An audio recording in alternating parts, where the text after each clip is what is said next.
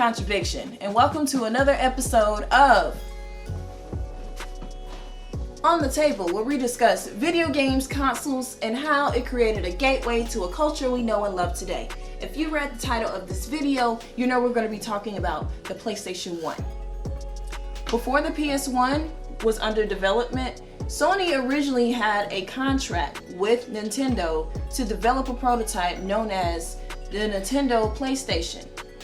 That's what everyone's calling it. Long story short, the project was called off due to a breach in the contract. It was a sticky situation. If you want to learn more about it, look it up. So the PS1 was released September 1995 in North America and December 1994 in Japan.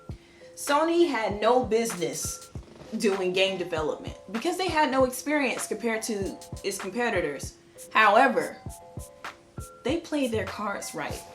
What they did was they partnered with third-party developers like Namco, Konami, and 250 other game developers within Japan alone.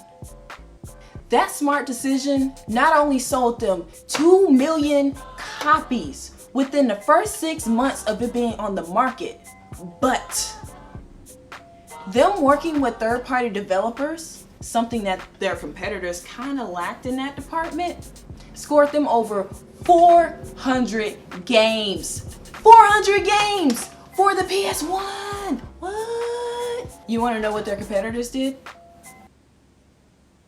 I'm gonna let you know. N64, since they choose to stay with a cartridge, they got 60 games. In Saturn, 200. Who's winning? Of course they are. Not to mention the configurations that we're about to jump into in a second.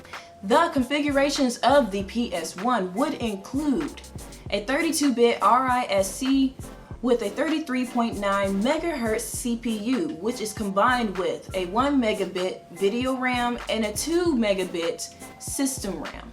Not to mention the graphics are ran with a 360 geometry engine with 2D rotation, scaling, texture mapping, all in a 640 by 480 pixel resolution. In regards to outer cosmetics, we have the CD-ROM drive, operated by AV cord. If you don't know what AV cords are, just think of these colors. You know those Fatback TVs where they had these 3 colors, the yellow, the red, the white? This is what AV cords are. 2 controller ports, 2 memory card slots, not to mention a memory card. Do you know this is 128 kilobytes? And we're so spoiled nowadays, we got terabytes on the system. And this is kilobytes. 4 controllers. There's 2 versions of them.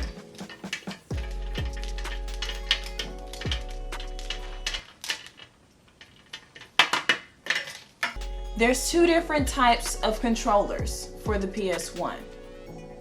This one has the D-pad, the buttons, 4 shoulder buttons with no analog stick. The analog stick was not featured until later on.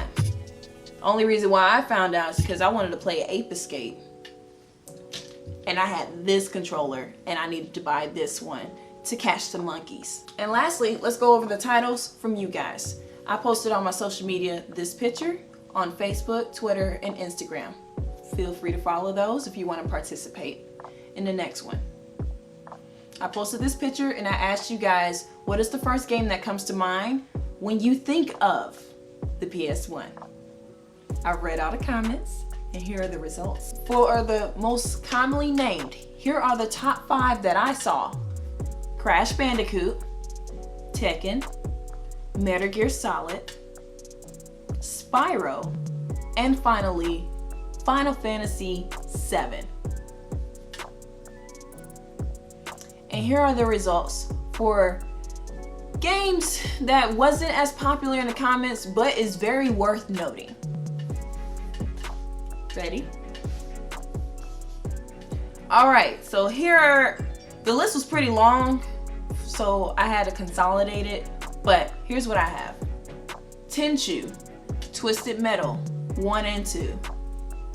Resident Evil, Resident Evil 2, Battle Area Tokiden, Medieval, Spider-Man, Siphon Filter, Tomb Raider, Castlevania Symphony of the Night, Final Fantasy VIII, Ridge Racer. There's plenty more, but this video will be too long if I read all of them.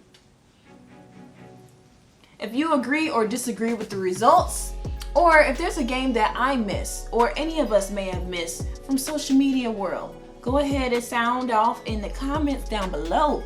So overall, there's so many games that made us truly love the PS1. Granted, I own a Saturn, I own a PS1, and I own an N64, and I appreciate all of them. But if I were to spend my money in the 90s, I'll probably spend my money on the PS1. Because not only did they give me so many choices when it comes to the gameplay from multiple game developers. I enjoy making Snake get into a box, but I enjoy Crash running away in the 3D environment from a boulder that's going to be crushing him. I just love PlayStation. Again, if you want to participate in the polls, go ahead and follow me on social media. And that concludes the end of this video.